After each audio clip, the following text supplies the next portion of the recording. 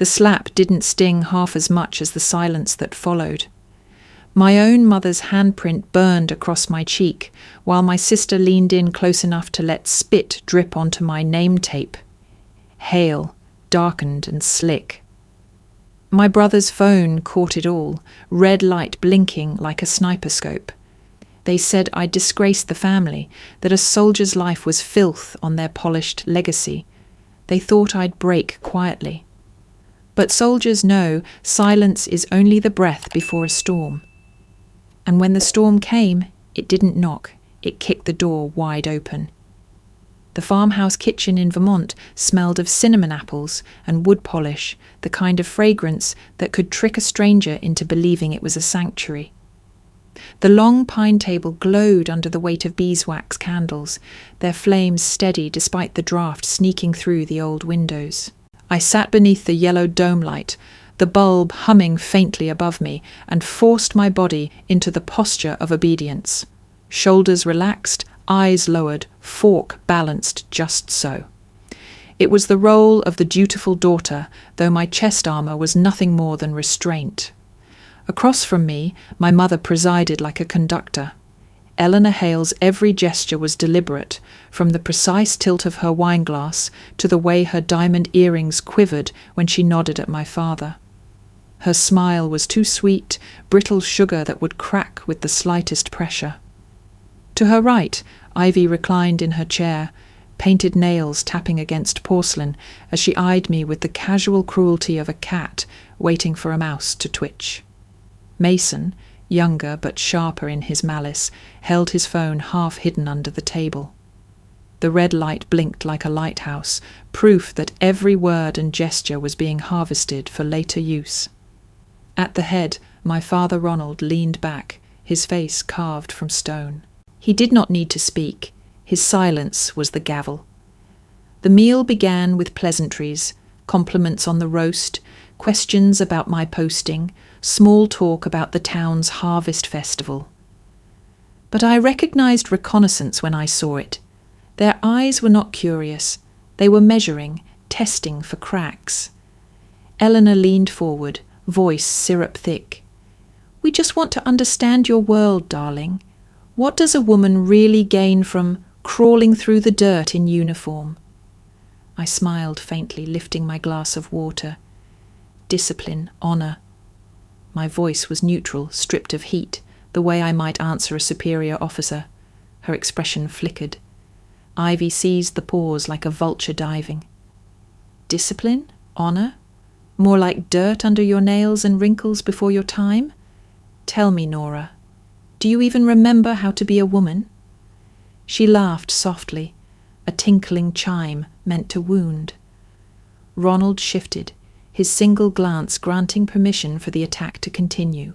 Eleanor sighed theatrically, pressing a hand to her chest. "It isn't just about you, dear. The family name, Hale, carries weight. You've tarnished it with this soldier's life. People talk. They wonder why my daughter crawls through mud when she could be shining at a gala." Each word was a carefully sharpened blade, slipped under the ribs of civility. My training urged me to stay steady, to measure my breathing, to refuse the bait. The kitchen's warmth pressed against me, yet a chill slid down my spine. Then the veneer shattered. Eleanor's hand snapped across the table faster than I expected. The slap landed with a crack, my head jerking sideways, cheek afire. The world narrowed to the ring of impact and the sting of betrayal. Before I could blink, Ivy leaned close, lips curling. Her spit landed squarely on the fabric of my service shirt, right over the block letters, Hale. The saliva gleamed under the lamplight, desecration as personal as a knife to the heart. Mason chuckled, raising his phone higher, the lens capturing my humiliation from every angle. His satisfaction was quiet, practiced, the kind that knew this footage would feed their story of the fallen daughter, the disgrace. I steadied my breathing, inhaling through my nose, exhaling slowly through my mouth. Anger wanted to explode, but I'd been taught that rage is a weapon, best timed, not squandered.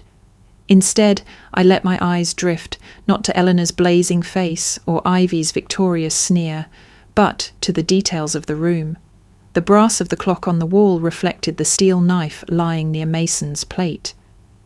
The black eye of the doorbell camera outside pulsed faintly through the window curtain.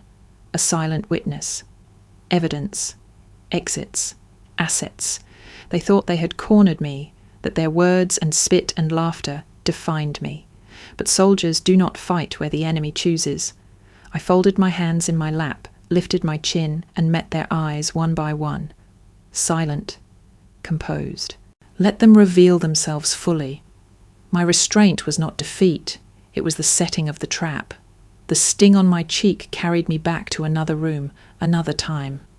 I was 19, standing in front of a full-length mirror in my childhood bedroom, the scent of iron dust still clinging to my father's hands. He was a steelworker, his palms hardened into maps of calluses, his shoulders bent by years of molten heat. He had placed one weathered hand gently against the fresh patch sewn onto my new uniform, the American flag. His voice was low, hoarse from smoke and labour, but steady. "You're wearing more than fabric now, Nora.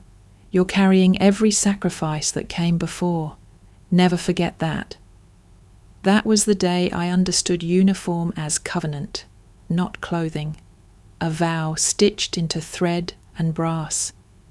And now, decades later, in this farmhouse, that vow had been spat upon by the people who shared my blood. The kitchen's small details anchored me in the present. The ice in Mason's glass cracked faintly, sharp as gunfire in the silence after the slap. The scent of lemon-scented polish rose from the wooden counter where Eleanor rested her manicured hand, tapping a rhythm of impatience. The hum of the refrigerator filled the room like static before a radio call. Every sense sharpened, every movement catalogued. I noted the door to the mudroom, only 3 paces away, half-shadowed but not locked. The back stairs led outside where the porch light revealed the faint blink of the new video doorbell, a camera not controlled by them, but by the property's caretaker.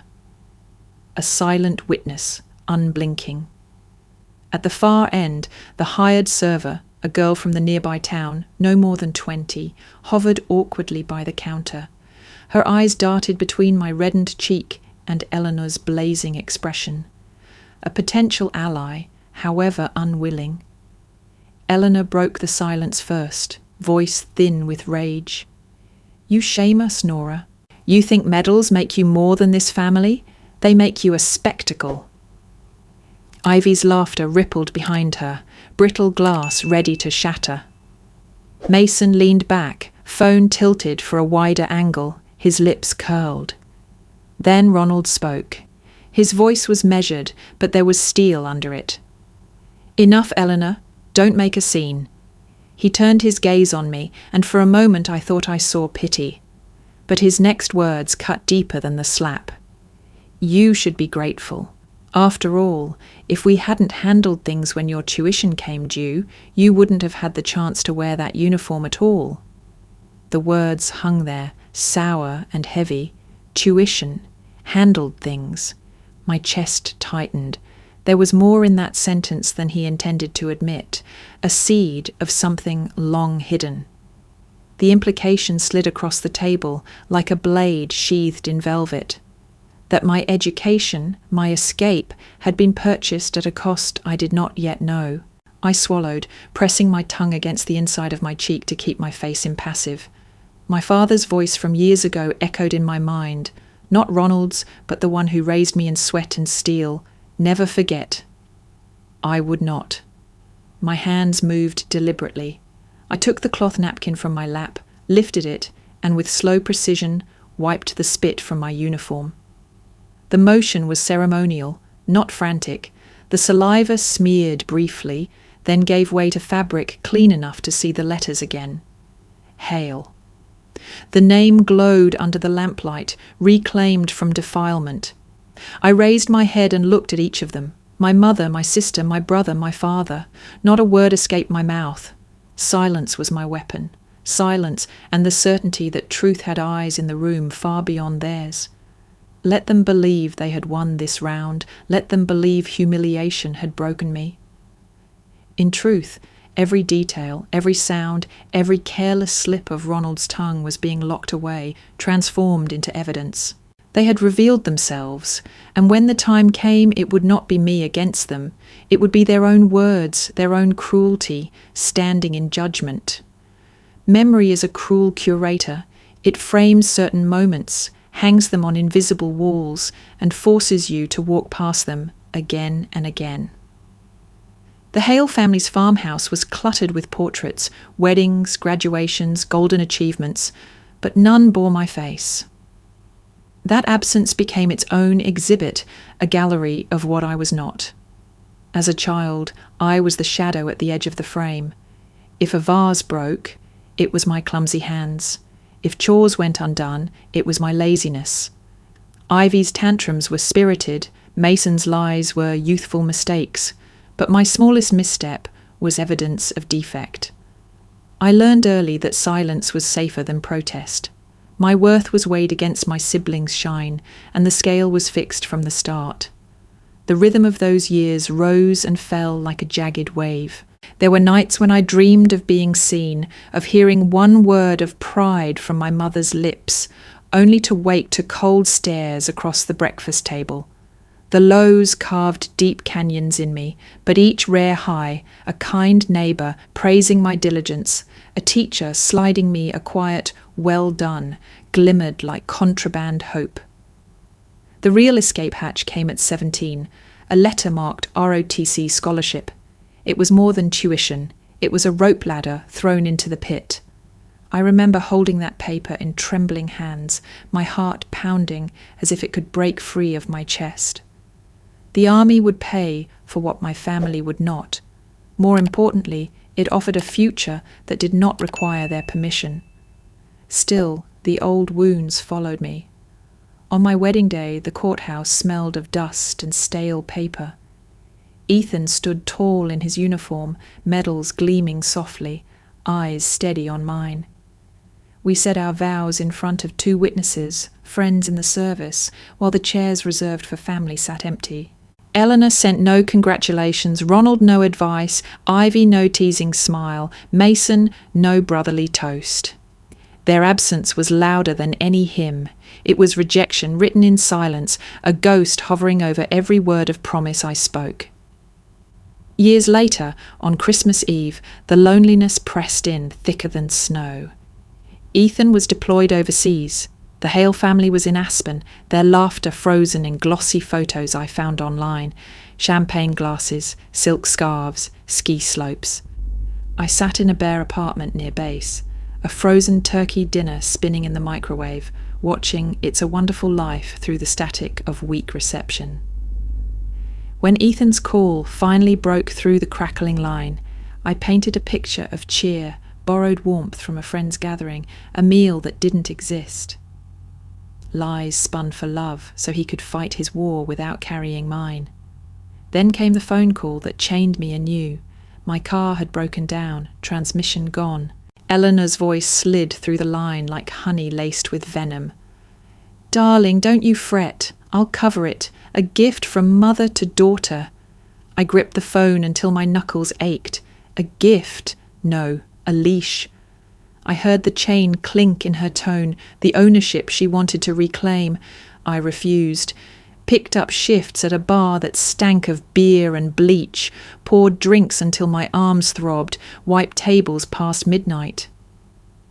A month later, I handed the mechanic a fistful of cash, my pride intact, even if my body trembled from exhaustion. The victory was small, but it was mine. Through those barren years, light flickered from unexpected places.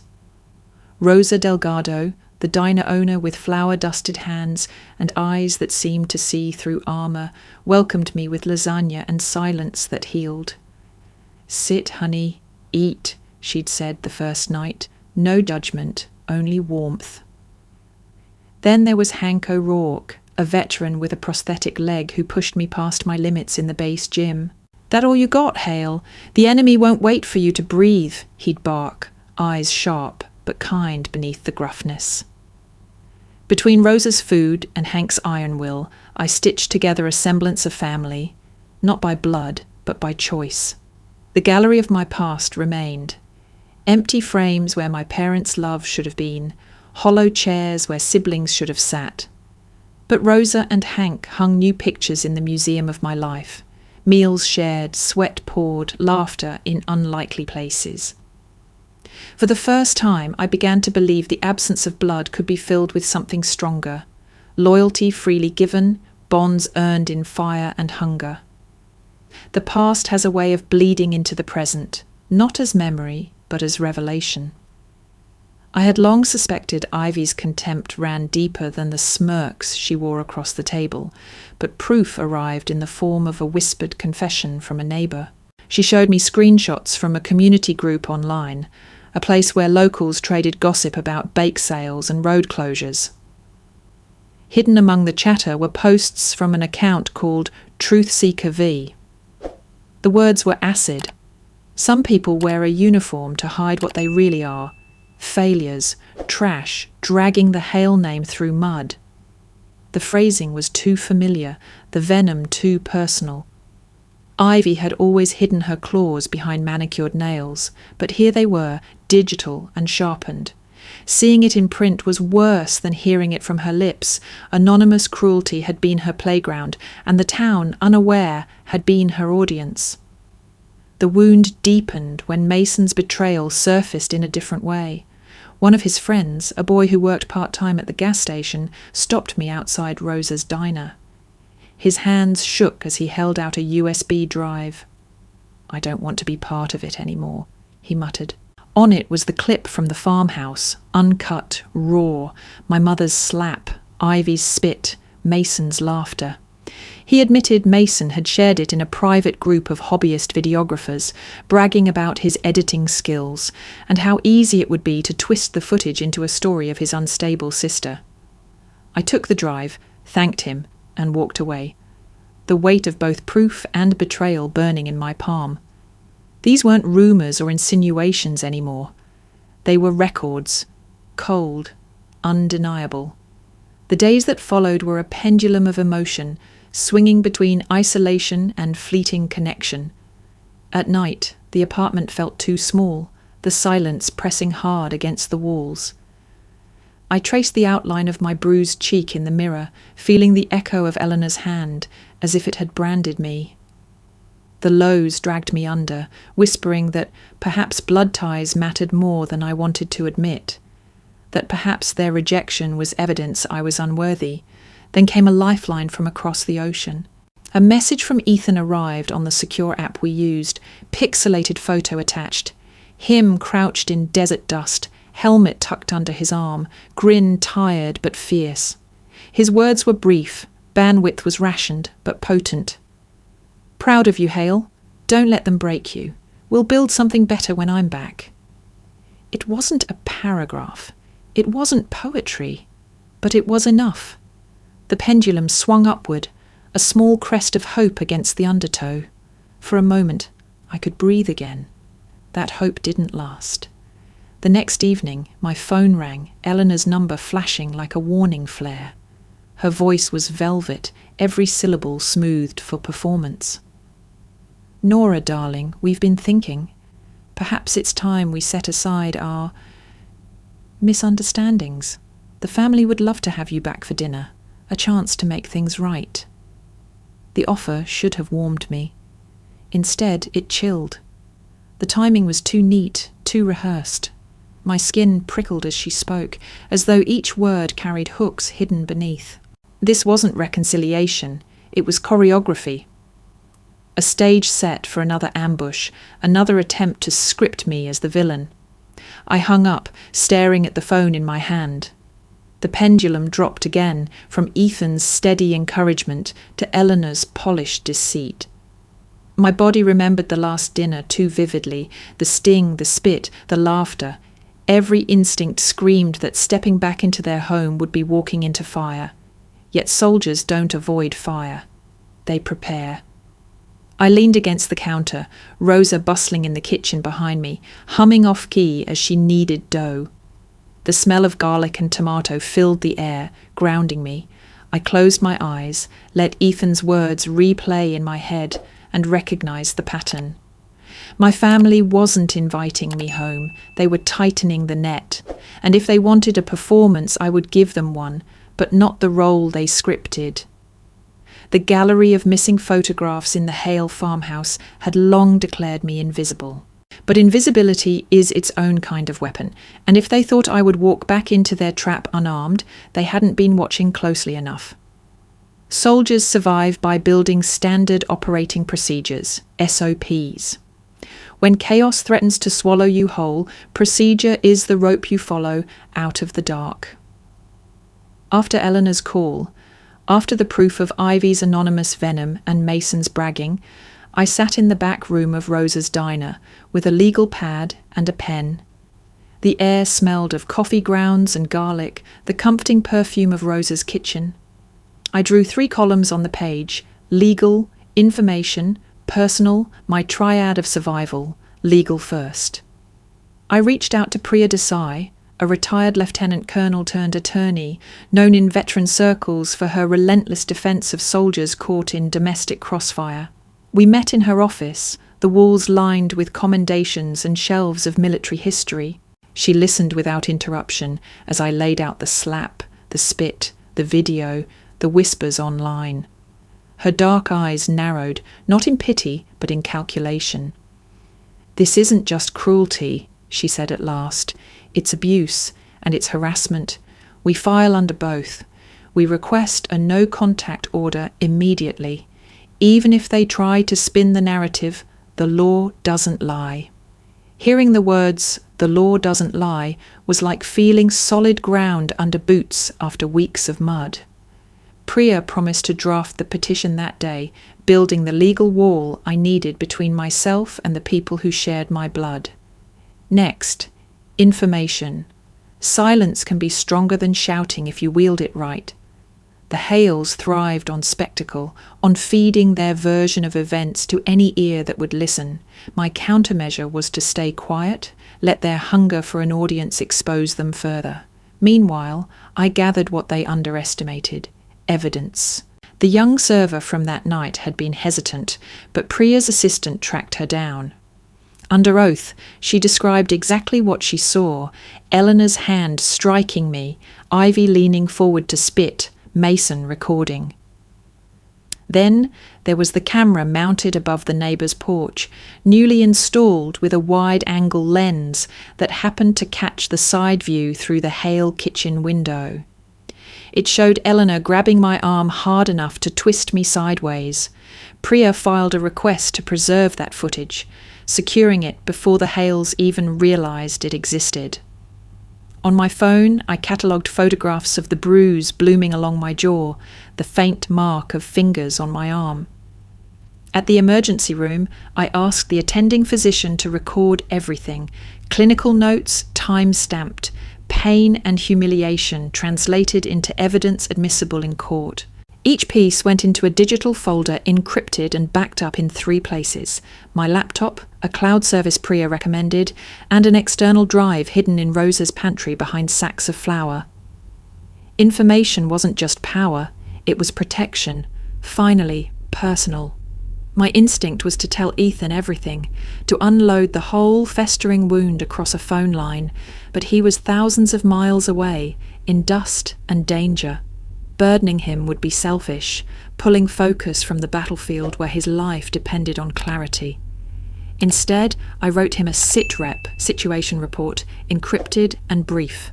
Status: hostile actions taken by family of origin. Threats, psychological and reputational. Evidence secured. Legal measures in progress. Personal security stable. Mission priority for you. Remain focused. I love you. Over and out. I hit send, my chest tight but steady. He would read it not as a cry for help, but as what it was, a soldier's report to her teammate. He would know I was holding the line. To shore up my own safety, I moved into the spare room behind Rosa's diner. It smelled of flour and coffee, 1,000 times warmer than the farmhouse ever had.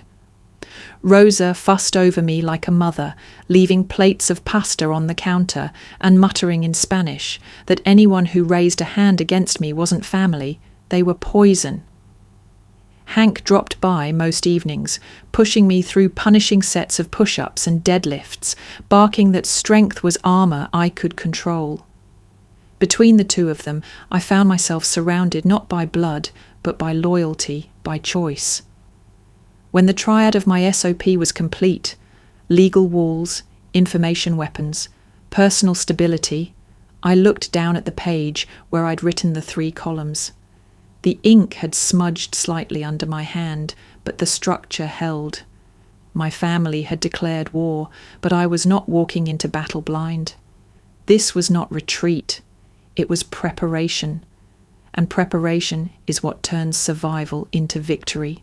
The first crack in my new wall came not from my parents or siblings, but from my aunt, Beatrice. She was the family's quiet treasurer, the one who signed checks for charities to keep the Hale name polished. Her email arrived with the subject line, "Exciting Partnership Opportunity." I read it 3 times, bile rising higher each pass. She proposed that the Hale Family Trust become the primary sponsor for the Gold Star fundraiser I had been organising with Rosa and Hank. "It would be wonderful," she wrote, "to display our logo on stage, in programs, and across media coverage. Of course, the family would expect to be present and acknowledged." The words dripped false benevolence. It wasn't an offer of help. It was an attempt to hijack. They wanted to plaster their name across an event built on sacrifice they'd never known, to launder their cruelty through my labour and my comrades' memories. My jaw tightened until it ached. Beatrice ended the email with a line that chilled me. "Together we can heal old wounds while demonstrating Hale unity to the community." Unity. That word coming from her was a blade wrapped in silk. I forwarded the email to Priya. Within minutes she called, voice clipped with disgust. "Do not reply. This is leverage. They're trying to create the appearance of reconciliation while setting up a claim to your work. We'll keep it as evidence of manipulation." I exhaled slowly, pressing delete but feeling the stain linger. Not long after, the information front shifted again. Hank and I were reviewing the growing archive in Rosa's back room when my phone buzzed with a message request. It was from the same young man who had slipped me Mason's USB before. His words spilled in a rush. "There's more." Mason's phone auto-synced everything to his iCloud. I had shared access once for a project. "I don't want to be part of this anymore. I'm sending the original files directly to your lawyer." Minutes later, Priya confirmed receipt. The uncut videos appeared in her secure folder. Multiple angles, Mason's smirk, Eleanor's hand raised, Ivy's spit. No edits, no filters, just the raw cruelty of that night. It was damning. "Chain of custody is clean," Priya said. "Voluntary transfer. This will stand." The relief hit me like oxygen after nearly drowning. For the first time, I felt the narrative tilting, their lies eroding under the weight of their own arrogance. Mason had bragged too loudly, shared too carelessly, and now the truth was documented beyond denial. Hank leaned over the table, arms like steel beams. "So we got the footage, the server's testimony, the doctor's notes, and now Beatrice's little stunt. That's 4 fronts they don't control." He jabbed a finger at my notepad, where I'd sketched boxes and arrows. "What's next, Sergeant?" I studied the evidence spread across the table. Screenshots, affidavits, video stills. My pen tapped against the paper, drawing a line toward the future. "We wait. We let them act first. They're planning something bigger. Eleanor doesn't invite me to dinner for nothing. She'll stage a public intervention, paint me as unstable. That's when we drop everything." Hank's grin was fierce. "A honey trap of their own making." I nodded. The strategy crystallized. Silence until the perfect moment. Let them build the stage, invite the audience, and prepare their performance. Then, when their lines were rehearsed and their spotlight set, I would open the curtain to reality. That night, alone in Rosa's spare room, I replayed Ethan's message one more time before bed. Proud of you, Hale. Don't let them break you. His words steadied me. They reminded me that SOPs were not just about procedure, but about patience. Every operation has a window where the strike is decisive. I lay down, the hum of the diner's refrigerators vibrating faintly through the floorboards, and pictured the moment when their carefully spun web would collapse under its own weight. Beatrice's email, Mason's files, Ivy's posts, they were not weapons in my hand yet, but they were primed. All I had to do was wait for my family to choose the battlefield, and when they did, I would not come unarmed. The summons arrived under the guise of concern. A folded card, cream-coloured, slid under the door of Rosa's diner one morning. The script was Eleanor's, elegant, practised, sharp as the edge of a blade. For the good of the family, and for your own health, please join us at the town church hall this Sunday. We only want to help. Help. That word sat like a stone in my stomach. Rosa read it over my shoulder, her lips pressing thin. It's bait, querida, she muttered. Don't swallow it whole. I didn't intend to, but I also knew the battlefield had finally been chosen. The church hall smelled of old wood and dust, with sunlight filtering through stained glass in fractured colours. The pews had been cleared, replaced by rows of folding chairs arranged in a semicircle. At the front, a table held a pitcher of water and a neat stack of tissues, props for the performance to come. The space had been transformed into a courtroom cloaked in sanctity, a theatre of judgment disguised as mercy. People trickled in, neighbours, acquaintances, faces I hadn't seen in years. Eleanor had summoned an audience. She wanted witnesses for my supposed unravelling. At the centre, she sat poised, a silk scarf draped over her shoulders, her eyes glistening as if tears were already rehearsed.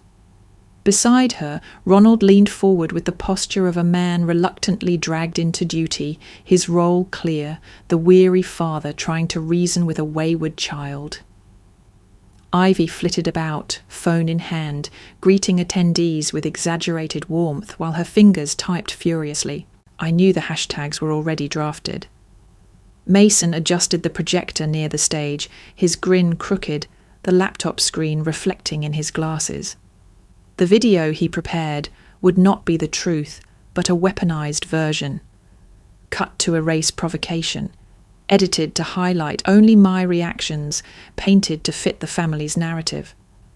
When I stepped inside, the hum of whispers rippled across the room. Some eyes held pity, others judgment. A few simply thirsted for spectacle. My boots echoed against the wooden floor as I walked to the chair they'd reserved for me, front and centre under the full weight of their spotlight. Eleanor rose with a sigh, clutching the tissue she hadn't needed until that moment. Her voice wavered, the practiced tremor of a seasoned actress. We are here because we love Nora. She has lost her way. Military service has hardened her, made her volatile. We want her to heal, to come home to us. She dabbed at eyes that remained dry, then gestured toward Ronald. He cleared his throat, his tone measured, paternal. We've all seen the signs, the anger, the distance, the choices that put her at odds with her own blood. No one questions her courage, but courage without control becomes danger. We only want what's best for her. Murmurs of agreement fluttered through the hall. I sat still, spine straight, hands folded, every breath measured. Ivy stepped forward then, her smile luminous for the camera she held just low enough to feign subtlety. We live in a world where image matters, and Nora's image, our family's image, has been damaged. But today is about hope, about giving her a chance to accept help. Her voice carried the cadence of a motivational speaker, every phrase tailored for social media sound bites. Finally, Mason dimmed the lights. The projector flickered to life, painting the wall with images I knew too well. My mother's slap cut from its context, my flinch exaggerated by slow motion, Ivy leaning in blurred just enough to obscure her spit. The video was poison distilled, engineered to smear me as unstable, dangerous, unfit. Gasps rose from the audience. A few shook their heads, pitying. A woman I vaguely remembered from high school clutched her husband's arm, whispering. Eleanor's shoulders shook with sobs that never reached her eyes. Ronald set a hand on her back, playing his role with quiet dignity. The scene was a pageant of deceit, and I, seated in their chosen spotlight, was meant to be its villain. But I did not flinch. Not yet. I let the silence stretch, the weight of their performance pressing down. Around me, the hall smelled of wax and wood rot, the colours of stained glass bleeding across the floor like spilled paint. The trial had begun, but the verdict was not yet written. The lights dimmed, the projector hummed, and my family's fiction flickered across the wall. The audience leaned in, feeding on the narrative Eleanor had spun for them. I sat still, hands folded, jaw tight, waiting. Every operation has a turning point, a hinge moment when control shifts. That moment came with the groan of heavy doors at the back of the hall. Bootsteps echoed against the wooden floor, measured, unhurried. Heads turned, whispers sharpened into gasps. Captain Ethan Mercer walked down the aisle in full dress uniform, his chest ribbons catching shards of stained glass light. At his side strode Priya Desai, sharp in her tailored suit, and a court clerk carrying a manila folder thick with stamped papers. Eleanor froze mid-sob. Ronald stiffened, his mask of patience faltering. Ivy lowered her phone, eyes wide. Mason fumbled with the projector remote, the image on the wall jerking out of focus. Ethan's voice cut through the stunned silence. Enough. He didn't shout. He didn't need to. Authority lived in the steel of his tone, the weight of every deployment behind it. He stopped beside me, his hand resting briefly on my shoulder, a silent anchor. Then he turned to face the crowd. My name is Captain Ethan Mercer. I was not supposed to be here tonight, but when my wife was summoned under false pretenses, when her reputation was dragged through the mud by her own family, I came. The clerk stepped forward, placing a stamped document on the table before Eleanor and Ronald. Temporary protective order, Priya announced crisply. Filed and granted by the county court this morning. Effective immediately. The ripple through the room was palpable. Neighbours leaned to one another, murmuring. The balance had shifted, but Priya wasn't finished. She gestured toward the projector. You've seen their edited version. Now you'll see the truth. She plugged in a drive. The screen went dark, then lit again, this time with the uncut footage from Mason's own device. 3 angles, synced together, played out in brutal honesty. Eleanor's hand striking my face. Ivy leaning forward, spit glistening as it left her mouth. Mason laughing as he filmed. My silence, my restraint. Gasps turned into sharp intakes of breath. The audience recoiled as if slapped themselves. A woman in the back whispered, "My God!" Phones lifted, recording now, not me, but them. And then Priya produced the final nail. She unfolded a handwritten letter, its creases worn. This is from Mrs. Keating, the Hales' next-door neighbour. She heard the confrontation through her open window. She describes, in detail, the sound of a slap and the words, "You shame us." Signed and dated. The document was passed hand to hand through the front row.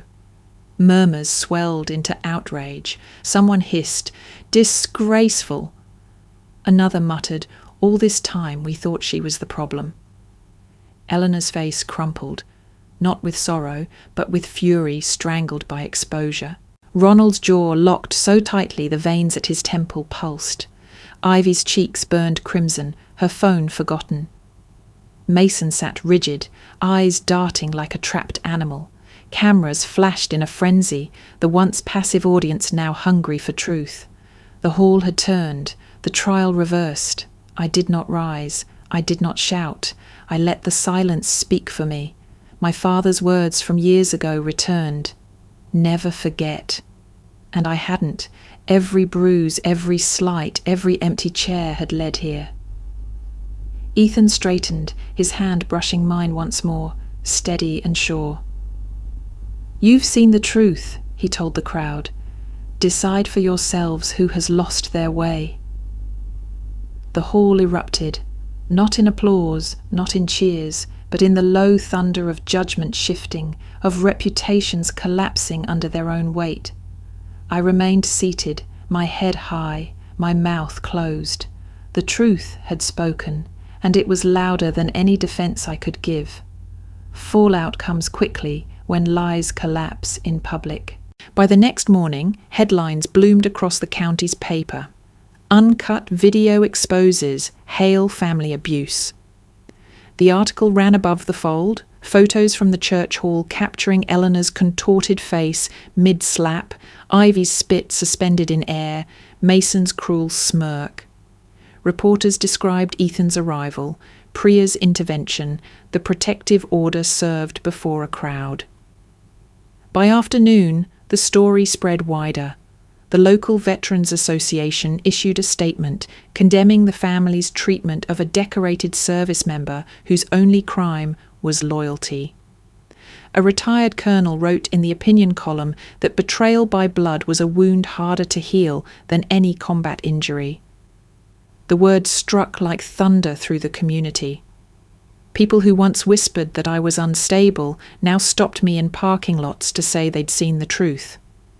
Their sympathy felt awkward, raw, but undeniable. The Hale family, cornered, did what wealthy families do when image is scorched. They lawyered up. Their attorney released a carefully worded letter to the press. It read like a corporate memo, each line crafted to minimize liability. The Hale family regrets the unfortunate circumstances that have come to light. We acknowledge the pain caused and extend our sincere hopes for reconciliation in the future. Regret. Unfortunate circumstances. Sincere hopes. The phrases were sterile, drained of warmth, stripped of accountability. It was not an apology. It was damage control, and it chilled me more than their open cruelty had. Ethan read it aloud in Rosa's diner that evening, his voice flat. Rosa snorted, slamming a plate of lasagna onto the counter. "That's not sorry," she said. "That's spin." Hank leaned back in his chair, arms folded, shaking his head. "They still don't get it. They think reputation is the battlefield. They don't see they already lost." Priya advised us not to engage. "Silence," she reminded me, "is still your strongest weapon. You've filed the petition. Let the court handle the rest." So we did. Ethan and I declined every interview request, every offer to tell our side. We didn't need to. The uncut footage spoke louder than any interview could. Instead, we submitted the formal application for a permanent no-contact order, Priya attaching the mountain of evidence like ammunition stacked neatly in rows. That night, the first quiet in weeks settled over Rosa's spare room. Ethan and I lay side by side on the narrow bed, the hum of the diner's freezers seeping through the wall. For the first time since his unexpected arrival, there was no urgent planning, no legal strategy to review. Just silence. But silence has weight. It pressed down on me as heavily as the applause of the crowd had lifted me. The truth was out, my name cleared, the community turned. And yet, staring at the ceiling in the dark, I felt the ache of something no headline could heal. Blood. However toxic, however cruel, it was still blood. Eleanor was my mother, Ronald my father, Ivy and Mason my siblings. Their faces were carved into the earliest layers of my memory, their voices the soundtrack of my childhood. The slap, the spit, the betrayal, they didn't erase the little girl I had once been, desperate for a scrap of praise at the breakfast table. I turned on my side, watching Ethan in the dim glow from the window. His eyes were closed, his breathing slow, but I knew he was awake. "Does it ever stop hurting?" I whispered. "When it's your own?" He opened his eyes, met mine. For a long time he said nothing, just reached for my hand. Finally he murmured, "No, but it stops owning you." Tears came then, hot and sudden, sliding into my hairline. I wasn't crying for their cruelty anymore. I was crying for the loss of something that had never existed, the fantasy of a family that might have been. The papers would call it a victory. The Veterans Hall would toast it as justice. But in the quiet dark, with Ethan's hand in mine, I felt the jagged truth. Winning didn't erase the wound. It only stopped the bleeding. Fallout had its own rhythm, and just when I thought the noise was dying down, new shocks rippled through the silence. The first came from Priya, her voice tight with controlled fury when she called one afternoon.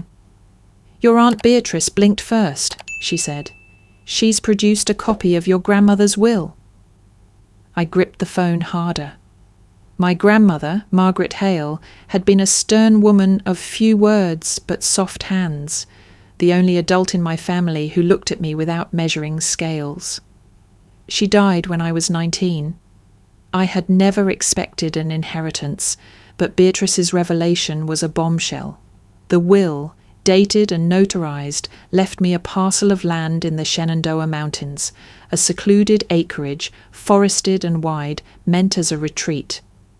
The land was mine, on paper, for nearly 2 decades, yet I had never heard of it. Priya explained why. The family filed a petition to delay execution of the inheritance.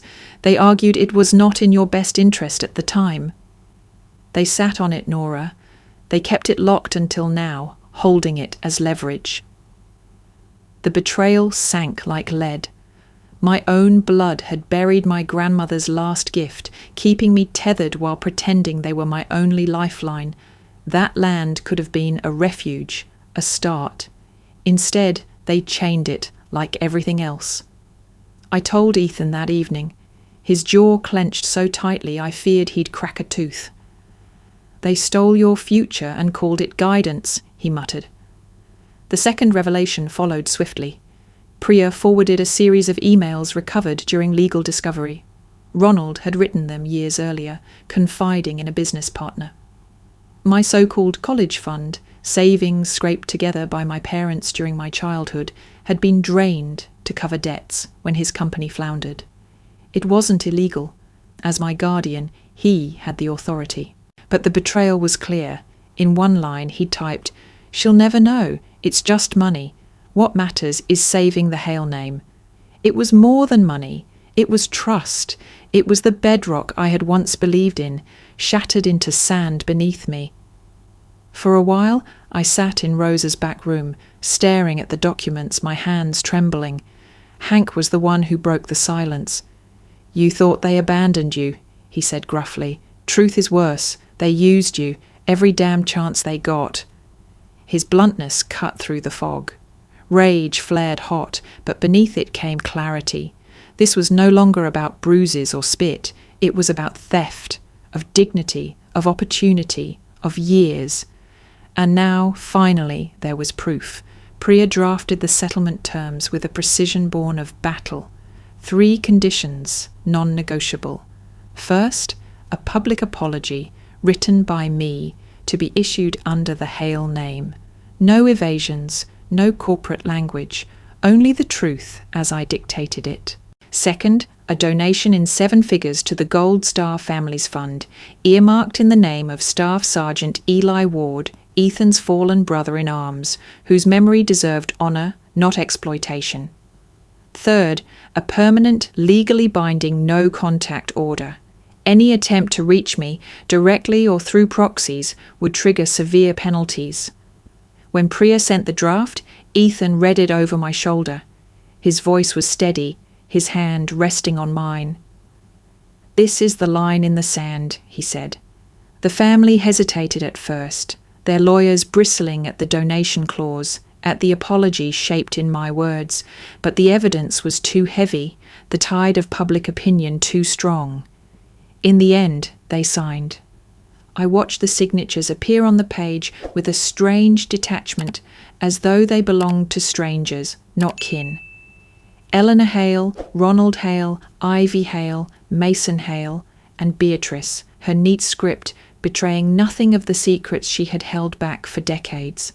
The document lay flat on the polished table in Priya's office, but to me it felt like a door swinging shut, not slammed in rage, but closed with finality. That night, Ethan and I stood outside Rosa's diner, the cool air sharp with autumn. He looked up at the stars, then back at me. "It's over," he said quietly, but I shook my head. "No, it's finished. That's different." The ache in my chest didn't vanish. Blood ties never dissolve completely. But for the first time, the weight wasn't on me. It was on them, carried by their own signatures, sealed by their own choices.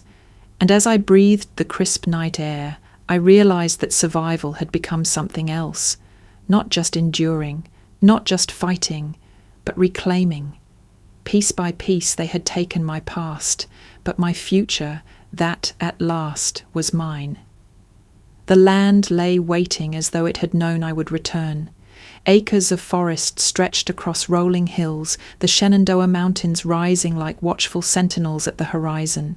For years this inheritance had been buried in files and signatures, hidden away by my own blood. Now it was mine, in fact, as well as name. Stepping onto the soil felt like stepping into a promise my grandmother had whispered long ago. Ethan and I poured our savings, plus the small settlement we kept, into building a cabin. It wasn't luxury, it was strength in wood and stone. Pine beams rose against the sky, their scent sharp as resin, each nail driven into place by our own hands or those of friends who came to help. By the time the roof was sealed and the porch stretched wide enough for 2 rocking chairs, I felt more at home than I ever had in the farmhouse of my childhood. Life here carried a different rhythm. Ethan left the field for the classroom, taking a post at the nearby training academy. He traded desert dust for chalk dust, teaching recruits the strategies that had once kept him alive. Watching him stand before a room of eager young soldiers, his posture confident yet humble, filled me with a pride I could taste. His war was no longer out there, it was here, in the shaping of those who would follow. For me, the mountains became both sanctuary and forge. The Vanguard project took shape on this soil, born from scars and sharpened into a mission. Rosa cooked for our first sessions, Hank barked drills to keep the pace, and I taught women who had worn the uniform skills that went beyond the manual. We walked at night beneath the constellations, compasses tucked away, learning to navigate by Orion's belt and the North Star. We built fires in relentless rain until smoke gave way to flame, until shivering hands steadied into confidence. We practiced breaking invisible traps, the kind not made of wire or wood, but of words and pressure, gaslighting, manipulation, the slow poison of being told you were less than what you knew yourself to be. I taught them what the Hale family had taught me by inflicting, how to recognize the moment when someone tries to rewrite your reality, and how to anchor yourself so deeply in your truth that no hand, no voice can shake you loose. The work was exhausting, but it was healing. Each session felt like tearing out another rotten root and planting something alive.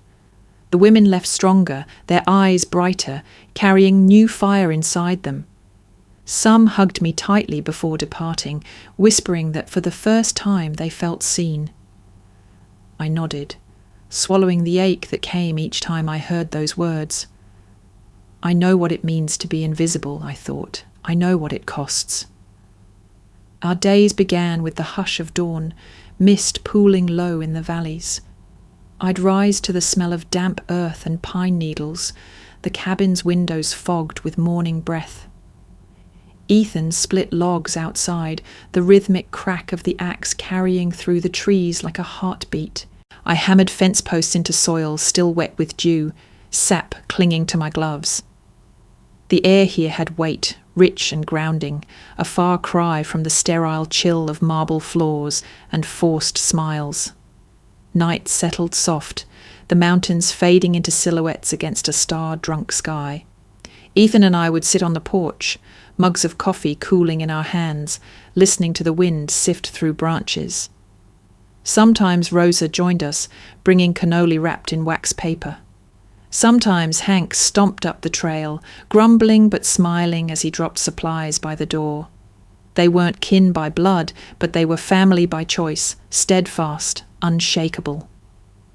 The Hale name still echoed in town papers, but here in Shenandoah it was just letters stitched to my uniform, stripped of their hold. The cabin walls hummed with our laughter, the earth carried the imprint of our labour, and for the first time in my life, home meant safety. Standing on the ridge one evening, sweat cooling on my skin after a long day of work, I looked down at the valley washed gold by sunset. The wind carried the scent of pine sap and fresh-cut wood. This was mine, not stolen, not borrowed, not held hostage by anyone else's power. The forest whispered back, as though returning my name. The mountains had begun to shape our rhythm, steady and sure, when life delivered a mission I had never trained for. It was a crisp autumn morning, the air carrying the bite of approaching frost. Ethan was outside splitting logs, his axe swinging in arcs that glinted under the rising sun. I stepped onto the porch, my hands trembling slightly as I held a folded slip of paper. "Captain," I called, keeping my tone deliberately formal. He looked up, wiping sweat from his brow with the back of his hand. "Go ahead, Sergeant. Report." I walked down the steps, boots crunching against gravel, and pressed the paper into his hand. It was a sitrep, situation report, scrawled in my neat block letters. Status, expecting new recruit. ETA, approximately 7 months. For a second, Ethan only stared, reading the words again and again. Then his shoulders shook. The axe fell into the dirt. He dropped to his knees, clutching the paper like it was both holy and fragile. His forehead pressed against my stomach, his breath warm through my shirt. And then the tears came, not the quiet grief of loss we'd shared before, but deep, racking sobs of joy. I held his head, my own tears blurring the mountains into watercolour. "We've got a new mission," I whispered. That evening we sat on the porch, coffee forgotten, watching a fire-coloured sunset spill across the peaks. The air smelled of wood smoke and pine, and for once the future stretched before us, not as battlefield, but as possibility. Yet even in peace, shadows arrive. A week later, Rosa handed me a battered envelope, yellowed at the edges, came through the diner's mailbox. Forwarded a dozen times, apparently. Post office said it was stuck in a dead letter bin for years. My name was written in a familiar hand, my grandmother Margaret's. The sight of it nearly buckled my knees. I slit it open with trembling fingers, the paper inside fragile as old skin. Her words spilled like a voice from the grave. She wrote of her youth, of growing up an orphan in a town that scorned girls without names or lineage. She wrote of Eleanor, her daughter, raised with more opportunity, but still scarred by Margaret's own silence. I feared shame more than hunger. Perhaps I passed that fear to her. She hides behind control because she cannot bear to be seen as small. I read the letter twice, then a third time, tears tracking silently down my cheeks. It was not absolution, not an excuse, it was context. My mother had been a child of absence too, twisted by it until she inflicted absence on me. I set the letter on the table, staring at the ink fading into the fibres. Ethan's hand found mine. "It doesn't erase what she did," he said quietly. "I know," I whispered, but it explains why. The realization cut both ways, an ache for the little girl Eleanor once was, and a harder resolve never to become her. The next morning, I led a group of vanguard women through the forest. We practiced night navigation under a pale moon, our compasses tucked away, our boots silent in the underbrush. One soldier, barely 20, whispered to me, "What if the people who should have protected you are the ones who break you?" I touched the map she carried, guiding her finger to the North Star. Then you learn to navigate by something higher, something they can't touch. The words rang truer than I intended. That night, as Ethan and I lay in the cabin's quiet, I pressed a hand against my stomach. Life stirred within me, invisible but undeniable. The letter from my grandmother rested on the nightstand, a relic of pain and explanation.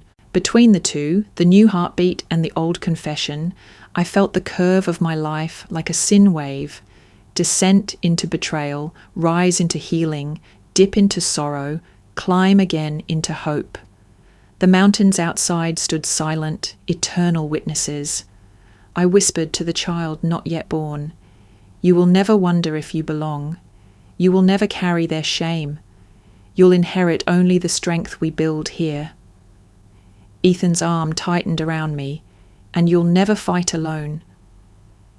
In that moment, the valley seemed to breathe with us, the forest answering in rustling leaves, the sky wide and waiting. The cabin smelled of fresh paint and sawdust. Ethan was on his knees, assembling the crib piece by piece, his hand steady as he tightened each bolt. I stood by the doorway, one hand resting absently on the curve of my stomach, watching the nursery take shape. The walls were a soft shade of blue-grey, the colour of the Shenandoah fog at dawn.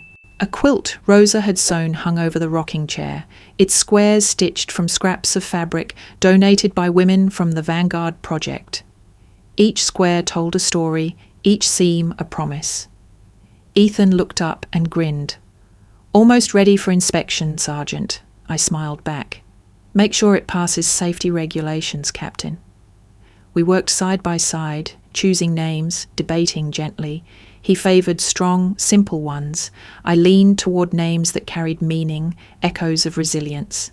The child growing within me deserved a legacy forged not from marble halls and empty apologies, but from soil, sweat, and truth. One evening, after the crib stood finished and the paint had dried, we sat at the kitchen table, drafting what we called the Hale Protocol. 4 rules, written in block letters on heavy paper, taped above the nursery door. Loyalty is action. Not words, not promises unkept, but deeds that stand when tested. Honour is a verb, something you do every day, not something you inherit. Family shows up, not just when it's convenient, but when it costs. Boundaries are love in armour. Saying no is not rejection, it is protection for what matters most. We read them aloud, our voices steady, as if swearing an oath. These rules were more than guidance for a child. They were a declaration that the past would not dictate the future. Later, when the house was quiet, I pulled a blank sheet of paper from the drawer and began to write. The letter was to Eleanor, though I knew she would never see it. My hand trembled at first, the pen leaving uneven lines. "Mother," I began, "I release you. I forgive you, not because you deserve it, not because you asked, but because I refuse to carry you any longer. Forgiveness is not a key to let you back in. It is a blade cutting the tether you tied around my throat. You will not shape my child. You will not sit at my table, but you will not haunt me either." Tears blurred the ink, but I pressed on. "You raised me to believe love was conditional, that worth had to be proven. I believed you for too long. Now I know better. I will raise my child differently. Boundaries will be our shield, honesty our weapon, loyalty our legacy. That is my gift to the next Hale. That is how I bury the past." When I finished, I folded the paper and slipped it into a box tucked at the back of the closet. Not to be mailed, not to be answered. Writing it was enough. The following morning, I found Ethan in the nursery again, adjusting the crib, even though it needed no adjustment. He paused when he saw me, then gestured to the walls.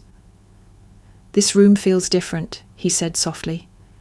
"It's not just a room," I replied. "It's a vow." The vow echoed in every corner of the cabin, in the scent of pine that drifted through the open windows, in the rhythm of Ethan's axe splitting wood outside, in the hum of the forest around us. Our life here was not perfect. It carried scars, memories, echoes, but it was whole. As night fell, I stood in the doorway of the nursery, hand on the frame, eyes on the crib. The quilt glowed faintly in the lamplight, its patchwork colours warm against the shadowed walls. For the first time, I felt something close to peace. Not the fragile peace of silence after a storm, but the steady peace of soil reclaimed, of boundaries drawn, of love freely chosen. The package arrived on a grey morning, wrapped in paper too fine for a mountain post office. The handwriting on the label made my stomach clench, Eleanor's. It was addressed not to me, but to my future grandchild. Ethan brought it inside, his jaw tight. We stood at the kitchen table staring at the box. The note taped to the top was written in her careful script. "Open only if you agree to meet. A gift for the baby, from family who longs to reconcile." The words dripped with condition, a leash disguised as ribbon. My pulse hammered. For a moment, the old ache stirred, the part of me that still wanted a mother, that longed for her to come without strings. But the strings were there, bright and obvious. I looked at Ethan. His eyes were steady, waiting for my call. I picked up the package, still sealed, and walked outside. The air was cold, the mountains sharp against the sky. At the edge of the porch, I set the box down and stepped back. "No contact," I said aloud, as if invoking a shield. "It applies to all of it." Together, Ethan and I carried the package to the post office. I wrote "Return to sender" in black marker across the label, my hand steady as stone. We left it there, unopened. Whatever lay inside, blankets, trinkets, promises, was irrelevant. My child would not inherit conditions disguised as love. That night, the cabin was quiet. I lay awake for a long time, one hand on my stomach, listening to the wind move through the trees. Forgiveness had freed me, but boundaries kept me safe. The two together were my armour. At dawn, I stepped outside into a world washed gold. The valley below was veiled in mist, the mountains rising like dark islands through a pale sea. The first light of day cut across the ridges, a ribbon of fire unspooling across the horizon. It lit the trees, the fence we had built, the cabin we had raised with our own hands. It lit me. I placed both hands on my belly and spoke softly, words meant for ears not yet formed. "You will write your own covenant, not the one forced on me, not the one your grandparents tried to bind. You will know that loyalty is action, honor is a verb, family shows up, and boundaries are love in armor. But beyond even these rules, you will have the freedom to choose, to decide who you are. No one writes that story but you."